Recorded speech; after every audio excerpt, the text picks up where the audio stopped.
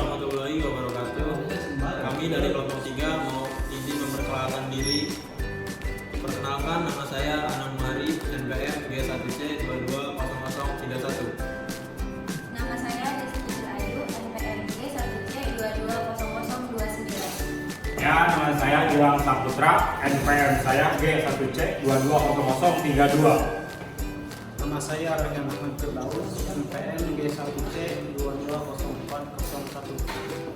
Ya, nama saya Rimba Filiana, NPM G1C 220013.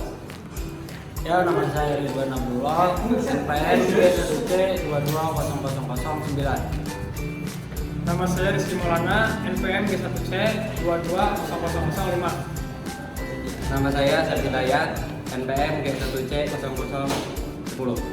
Nama saya Prisnaula Primair, NPM G1C 220007. Yang terakhir nama saya Permana Agung, NPM G1C 220015. Terima kasih.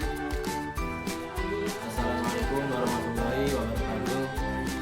Saya di sini akan menjelaskan ulang tentang apa yang sudah saya pelajari sebelumnya, yaitu materi dasar Penjaskes. Materinya tentang pendidikan jasmani. Pendidikan jasmani pada hakikatnya adalah proses pendidikan yang memanfaatkan aktivitas fisik untuk menghasilkan perubahan holistik dalam kualitas individu, baik dalam fisik, mental, serta emosional. Titik perhatiannya adalah peningkatan gerak manusia, lebih khususnya berkaitan dengan hubungan antara gerak manusia dengan pikiran dan jiwanya. Perbedaan penjas dan olahraga. Kita di sini akan membahas perbedaan penjas dan olahraga. Di dalam penjas itu pemahaman gerak. Nah, kita di olahraga itu prestasi. Ke sini lagi kita jika di pendidikan jasmani kita berpacu pada satu kurikulum. Nah, kita di olahraga itu bebas. Nah, apa yang maksud bebas yaitu kita tidak mencakup ke kurikulum, kita tidak terpaku ke kurikulum. Nah, jika di pendidikan jasmani subjeknya pelajar, kita di olahraga itu subjeknya atlet. Jika di pendidikan, kita kesini lagi, kita ke bawahnya lagi. Jika pendidikan jasmani itu skill centered, nah kita di olahraga subjek centered. Jika di pendidikan jasmani pengaturan visual, jika di pendidikan jasmani pribadi anak seluruhnya, nah kita di olahraga itu kinerja motorik. Maksud kinerja motorik itu keterampilan gerak di luar. Nah, kalau di pendidikan jasmani pengaturan disesuaikan, kalau di olahraga itu pengaturannya baku. Apa yang ada di olahraga, peraturan yang ada di olahraga ya kita tidak bisa dirubah, tidak bisa dimodifikasi jika di olahraga. Nah, kalau di Penjaskes itu kan jika tidak ada alat kita bisa menggunakan apa aja yang ada di situ. Misal kita mau bermain futsal tidak ada gawang, kita bisa memakai seperti sendal, seperti kayu atau apa. Jika di pendidikan jasmani perhatian ekstra pada anak lamban, nah kita di olahraga itu ditinggalkan. Nah, di pendidikan jasmani itu kita tidak bertanding karena itu hanya untuk nilai, kan menyakup kurikulum. Nah, jika di olahraga kita harus bertanding karena kita kan atlet. Jadi kita latihan capek-capek, kita latihan semaksimal mungkin. Nah, kita keluarkan kemampuan kita itu di pertandingan itu. Nah, jika di pendidikan jasmani itu wajib, kita di olahraga itu bebas, tidak harus wajib. Bolos oke nggak apa-apa kalau di olahraga mah. Perbedaan sejarah penjas dan olahraga di Indonesia. Zaman penjajahan. Pada zaman penjajahan Belanda, muncul sekolah senam dan sport militer di Bandung 1922. Lembaga bagi guru pendidikan jasmani AILO, Academic Institute for League of Reading di Surabaya. Pada zaman penjajahan Jepang, muncul pelatihan pemuda-pemuda Indonesia kemiliteran dan olahraga tradisional Jepang, yaitu sumo, kendo, judo, dan karate. Zaman kemerdekaan. Zaman kemerdekaan menyelenggarakan PON setiap 4 tahun sekali, mengikuti SEA Games setiap 2 tahun sekali, Asian Games setiap 4 tahun sekali, Olympic Games setiap 4 tahun sekali, Departemen Olahraga 1962, penetapan 9 September sebagai Hari Olahraga. Sejarah penjas dan olahraga. Sejarah penjas dan olahraga di dunia dimulai pada zaman kuno. Mesir kuno, yang kedua zaman Yunani kuno. Pada zaman Mesir kuno, latihan senam dan gulat untuk menghormati dewa gulat, permainan mengangkat dan mengayun benda, renang, permainan bola, permainan dengan raket, adu sapi jantan, gulat, renang, gimnastik sebagai latihan kekuatan untuk perang.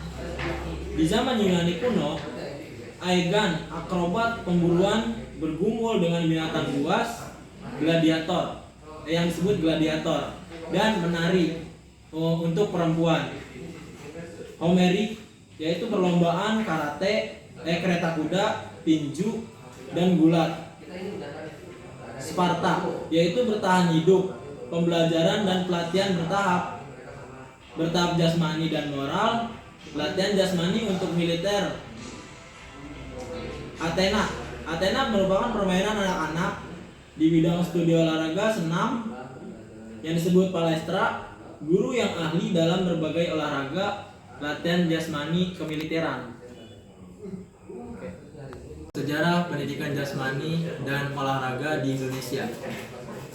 Sejarah penjas dan olahraga di Indonesia terbagi ke dalam 3 periode. 1. Zaman kerajaan. 2. Zaman penjajahan. 3. Zaman kemerdekaan. Nah, kita di zaman kerajaan. Olahraga atau latihan jasmani pada zaman ini sudah ada kegiatan-kegiatan untuk rekreasi dan usaha pembinaan jasmani, melatih prajurit. Pengaruh Hindu untuk kesatria harus mahir kemiliteran, berburu, naik kuda, menggunakan senjata, pedang, tombak, gada, keris, dan sebagainya. Pengaruh Islam yang menganjurkan untuk berlatih naik kuda, renang, dan panahan. Sejarah zaman penjajahan. Sejarah olahraga dan pendidikan jasmani zaman. Ciri-ciri pendidikan jasmani. Penjas merupakan aktivitas jasmani yang dilembagakan di sekolah. Walaupun banyak aktivitas olahraga, namun pelaksanaan aktivitas jasmani tidak ada unsur kompetensi dan aturan baku. Penjas mengajarkan unit-unit gerak. Perbedaan penjas dan olahraga. Jika pendidikan jasmani, pemahaman gerak. Jika pendidikan olahraga, dasar falsafah pendidikan jasmani. Pendidikan jasmani merupakan suatu bagian yang tidak terpisahkan dari pendidikan umum. Tanpa pendidikan jasmani, proses pendidikan di sekolah akan pincang. Begitu uniknya penjas, karena di dalamnya sudah mencakup keseluruhan perkembangan manusia secara utuh, aspek penalaran, sikap, dan keterampilan. Definisi pendidikan jasmani. Menurut Buscher, Daur dan Pangrazi 1989 dan Siendentrop 1980 menyatakan pendidikan jasmani merupakan bagian integral dari proses pendidikan secara keseluruhan yang merupakan bidang usaha yang memiliki tujuan pengembangan penampilan melalui aktivitas fisik yang telah diseleksi dengan cermat untuk memperoleh hasil yang nyata yang akan memberi kemungkinan kepada individu untuk hidup lebih efektif dan lebih sempurna. Menurut Ridgedorf 1975, pendidikan jasmani adalah usaha bantuan kepada anak dan menuju arah kedewasaan. Intensitas pedagogis dalam pendidikan jasmani dirangkum dalam 4 pokok pikiran, yaitu pembentukan graf, pembentukan prestasi, pembentukan sosial. Assalamualaikum warahmatullahi wabarakatuh. Perkenalkan, nama saya Desti Fitri Ayu. Nama saya Anang Muhari.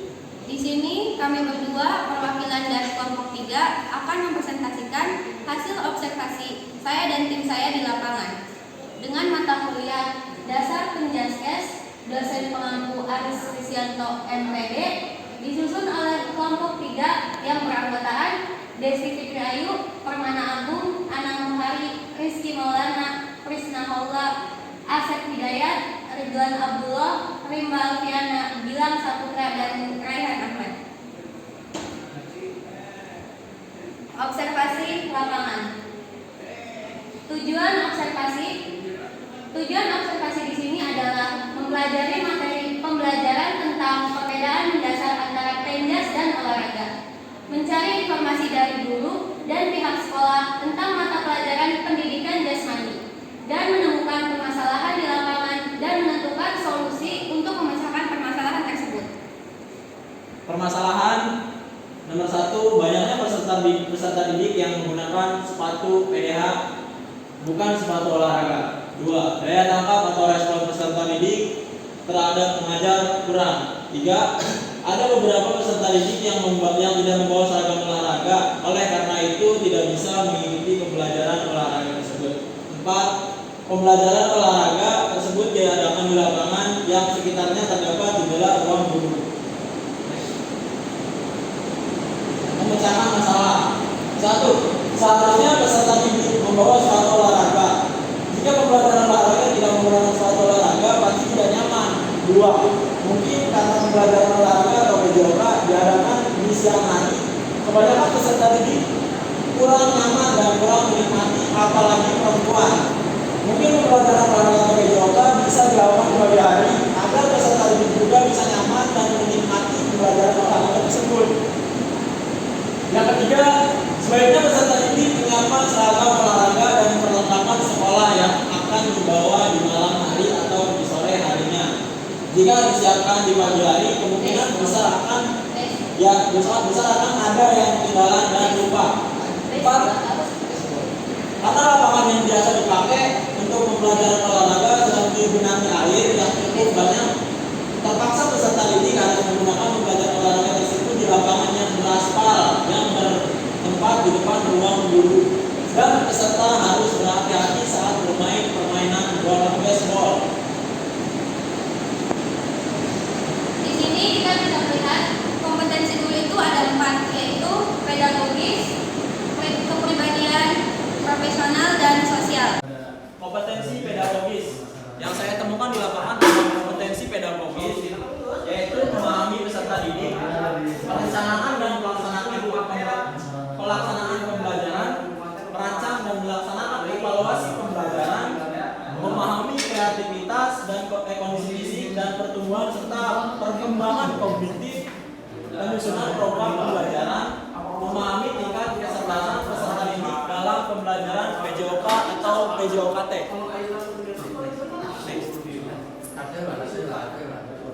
Kompetensi kepribadian yang saya temukan yaitu kepribadian pengajar baik, ramah dan tegas, pengajar tepat waktu dalam setiap ada pembelajaran. Di sini kita bisa melihat yaitu tidak. Selanjutnya, kompetensi profesional. Di sini saya dan tim menemukan kemampuan pengajar selain mengajar olahraga, pengajar ketika mengajar menyesuaikan peserta didik, memahami dan melaksanakan penelitian di dalam bidang studinya masing-masing, yaitu tidak. Melakukan penelitian yang sebenarnya, mengurungkan materi pembelajaran dengan batasan profilnya. Yang terakhir, mengikuti RPP. Kompetensi sosial yang saya temukan di lapangan tentang kompetensi sosial, yaitu kegiatan yang sering dilakukan di luar jam pelajaran, pengajar yang ramah dan disenangi banyak peserta didik. Jadi Di dalam empat kompetensi itu saya menemukan 2 permasalahan yang ada di pengajar dasar penjas. Yang pertama, memahami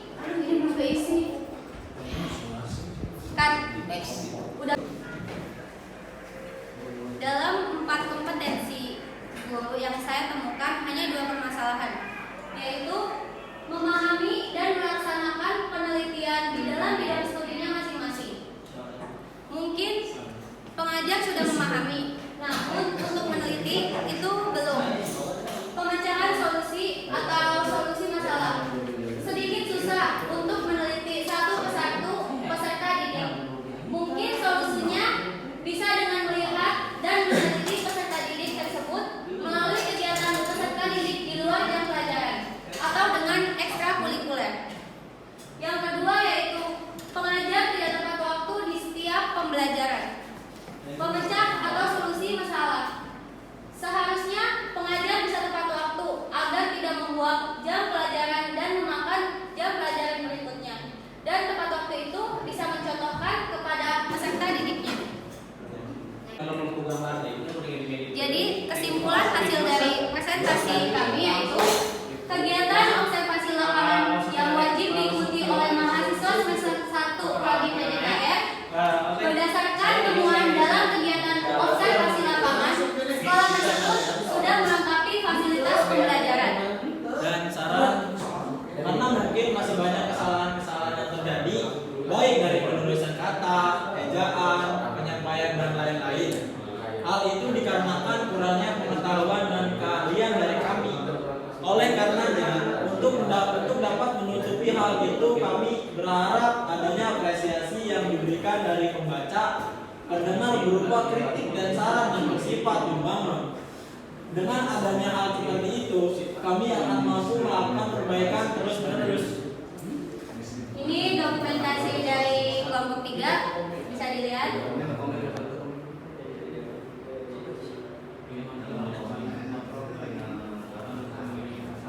Sekian presentasi dari kelompok kami. Mohon maaf apabila ada kesalahan kata dari kami. Wassalamualaikum warahmatullahi wabarakatuh. Karena hasil presentasi saya dan rekan saya itu kurang jelas dan karena terkendala pas presentasi itu hujan, jadi saya akan menaruh presentasi yang di belakang itu kan kurang jelas, jadi saya akan menaruh video atau hasil presentasinya itu setelah video ini. Terima kasih.